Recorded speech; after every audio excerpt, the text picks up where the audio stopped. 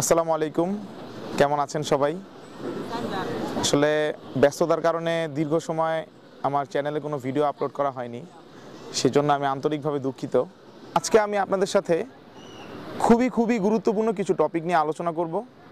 বিশেষ করে যারা নতুন ড্রাইভিং শিখেছেন বা শিখছেন বা রাস্তায় গাড়ি চালাচ্ছেন, মূলত তাদের জন্য ভিডিওটি খুব বেশি গুরুত্বপূর্ণ।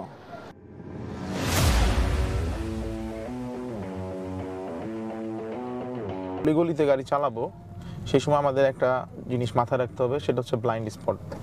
আর যেমন দেখেন, সামনে আমি এখন একটি টার্ন করছি, এখানে অবশ্যই সবার আগে হর্ন দিবেন, কারণ বিপরীত পাশ থেকে যে গাড়ি আসছে সেটা কিন্তু এখানে দেখার উপায় নেই। সো হর্ন দিলে বিপরীত পাশের যে গাড়ি সে বুঝতে পারবে যে অপোজিট সাইড থেকে কোনো গাড়ি আসতেছে। সো আপনি যদি হর্ন না দেন, দেখা যাবে যে হঠাৎ করে দুইটি গাড়ি মুখোমুখি হয়ে গেছে। সো সেই সময় একটা ক্ল্যাশ হতে পারে।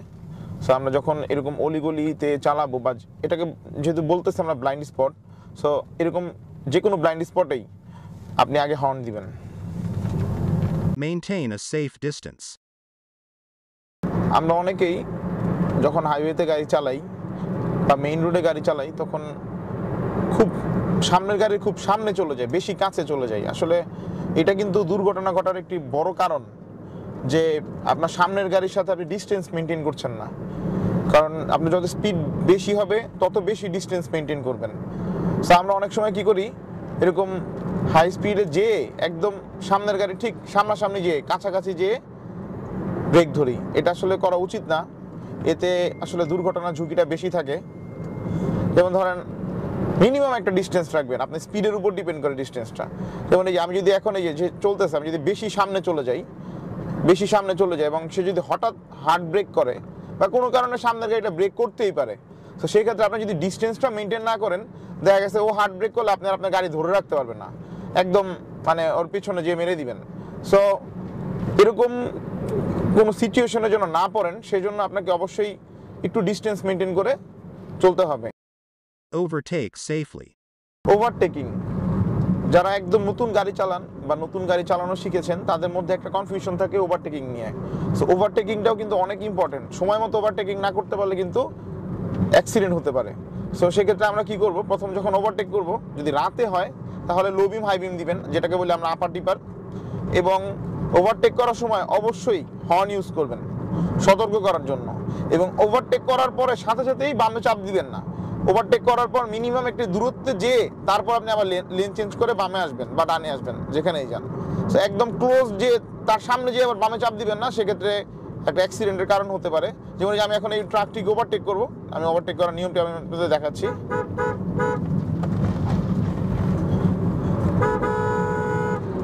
হ্যাঁ, এই ওভারটেক করার পর আমি আরো সামনে গেলাম, সামনে যাওয়ার পর আমি আস্তে আস্তে বামে চাপলাম। এই এবং ওভারটেক করার সময় কখনো কনফিডেন্স লেভেলটা যেন কমে না যায়, চেষ্টা করবেন সবসময় একদম স্মুথলি যাওয়ার। যদি কনফিউজ থাকেন যাইতে পারবো কি পারবো না, সেক্ষেত্রে কিন্তু আপনি অ্যাক্সিডেন্টের সম্মুখীন হতে পারেন। কারণ কনফিডেন্স লেভেলটা ওভারটেকিং এর সময় খুবই ইম্পর্টেন্ট। আশা করি এই টেকনিকটা যদি ফলো করেন বা এই নিয়মটা যদি আপনারা ফলো করেন, তাহলে ওভারটেকিং নিয়ে আপনাদের কনফিউশনও থাকবে না এবং খুব রাইট ওয়েতে ওভারটেক করতে পারবেন। আশা করি দুর্ঘটনার ঝুঁকিটাও কমে আসবে। Safe turning in highway. আমরা যখন হাইওয়েতে বা কোনো মেইন রোডে গাড়ি চালাই, অনেক সময় দেখবেন বিভিন্ন বাঁক থাকে, হ্যাঁ, টার্ন থাকে। সো এইরকম টার্নগুলোতে আমরা সহজে ওভারটেক করব না, এটা খুবই রিস্কি। কারণ টার্নিংয়ের সময় কিন্তু অনেক সময় বিপরীত পাশ থেকে গাড়ি চলে আসতে পারে। সো দেখা গেছে যখন আপনি আপনার লেন চেঞ্জ করে ওভারটেক করতে যাবেন এবং ঠিক বিপরীত পাশ থেকেও একটি গাড়ি চলে আসছে, ঠিক ওই মুহূর্তে কিন্তু একটি ক্ল্যাশ হতে পারে। সো এরকম সিচুয়েশন অ্যাভয়েড করতে চাইলে আপনারা অবশ্যই আপনার টার্নিংয়ের সময় আপনার লেনে থাকবেন। আপনার বাম সাইডের লেন থেকে ডান সাইডে যাবেন না, বা ডান সাইডের লেন থেকে বাম সাইডে আসবেন না। এবং আপনি ওভারটেক করবেন, কেন করবেন না? যখন টার্নিং শেষ হবে, রাস্তাটি সোজা হবে, তখন আপনি ওভারটেক করতে পারবেন। কিন্তু টার্নিংয়ের সময় আমি রিকোয়েস্ট করবো, কেউই ওভারটেক করার চেষ্টা করবেন না। এটার কারণে হয়তো অনেক বড় একটি অ্যাক্সিডেন্টের কারণ হতে পারে। Check side mirrors while driving. Mirror, আমরা যখন হাইওয়েতে গাড়ি চালাবো বা মেইন রোডে গাড়ি চালাবো, তখন আমাদের আরও একটি বিষয় খেয়াল রাখতে হবে বা নজর রাখতে হবে, সেটা হচ্ছে mirror, right side mirror, left side mirror. তো আমরা অনেকেই এই কাজটি ভুল করি যে মিরর ফলো করি না। বাট নর্মালি আমাদের যেটা নিয়ম, বাংলাদেশি নিয়ম যদি আপনি বলতে চান, বাংলাদেশের নিয়ম হচ্ছে 1 মিনিটে মিনিমাম 6 থেকে 7 বার মিররে ফলো করা।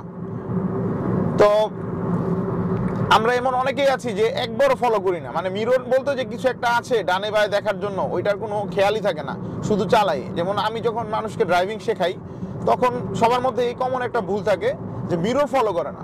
বাট অ্যাকচুয়ালি মিররটা কিন্তু খুবই ইম্পর্টেন্ট, কারণ আপনার কিন্তু পেছনে ঘাড় ঘুরিয়ে দেখার কোনো সুযোগ নেই। তো আপনাকে কিন্তু ডানে বামে গাড়ি আছে কি নাই বা কেউ আপনাকে ওভারটেক করছে কিনা সেই বিষয়গুলো কিন্তু আপনি মিররের মাধ্যমেই দেখবেন।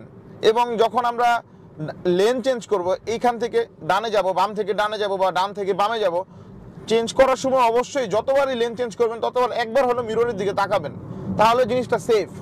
কারণ আপনার একটা গাড়ি আপনাকে ওভারটেক করছে, ঠিক ওই টাইমে আপনি হুট করে কোনো কথাবার্তা নেই, আপনি ডানে মোচড় দিয়ে দিলেন বা বামে মোচড় দিয়ে দিলেন, এটা কিন্তু খুবই রিস্ক এবং এটা কিন্তু অ্যাক্সিডেন্ট হওয়ার একটা অন্যতম কারণ, মিরর না দেখা। তা আমি সবাইকে রিকোয়েস্ট করব যে যখন হাইওয়েতে গাড়ি চালাবেন, কারণ হাইওয়েতে না, শুধু রাস্তায় যে কোনো জায়গায় যখন গাড়ি চালাবেন অবশ্যই ঘন ঘন মিররে ফলো করবেন।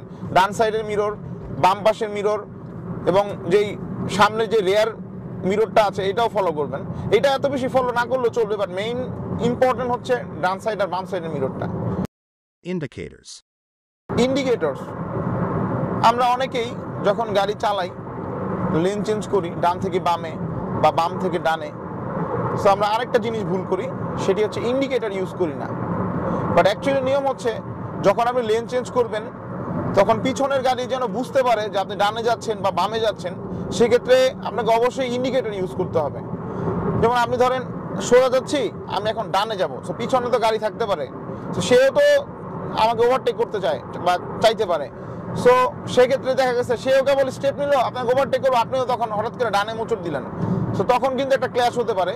সো আমরা চেষ্টা করব যখন গাড়িটা ডানে নিব বা বামে নিব, আগে ইন্ডিকেটর দেওয়া, ইন্ডিকেটর দিবেন প্রয়োজনে, এরকম ডানে গেলেন, আবার ইন্ডিকেটর বামে যাবেন, ইন্ডিকেটর দিলেন বামে গেলেন, তো তাহলে পিছনের গাড়ির বুঝতে সুবিধা হলো যে আপনি কখন ডানে যাবেন বা কখন বামে যাবেন।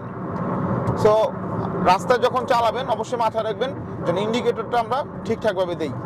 Drive straight at higher speeds. আমরা যখন হাই স্পিডে গাড়ি চালাবো 100-র উপরে, যেমন আমার এখন আছে স্পিড 120, তো এইরকম হাই স্পিডে যখন আপনারা গাড়ি চালাবেন তখন চেষ্টা করবেন স্টিয়ারিং জাস্ট সোজা ধরে রাখার, কারণ স্টিয়ারিংটা কিন্তু খুবই সেন্সিটিভ।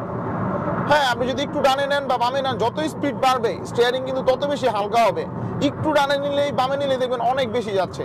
সো এই জিনিসটা অবশ্যই মাথায় রাখবেন যে স্পিড 100 ক্রস করার পর বা 80-90 হওয়ার পর স্টিয়ারিংটা বেশি মুভ করবেন না, প্রয়োজন ছাড়া মুভ করবেন না। আশা করি আমার ভিডিওটি আপনাদের ভালো লেগেছে। যদি ভালো লেগে থাকে তাহলে অবশ্যই চ্যানেলটি সাবস্ক্রাইব করুন এবং বেল আইকনে ক্লিক করুন। ইনশাআল্লাহ এখন থেকে আমি রেগুলার ভালো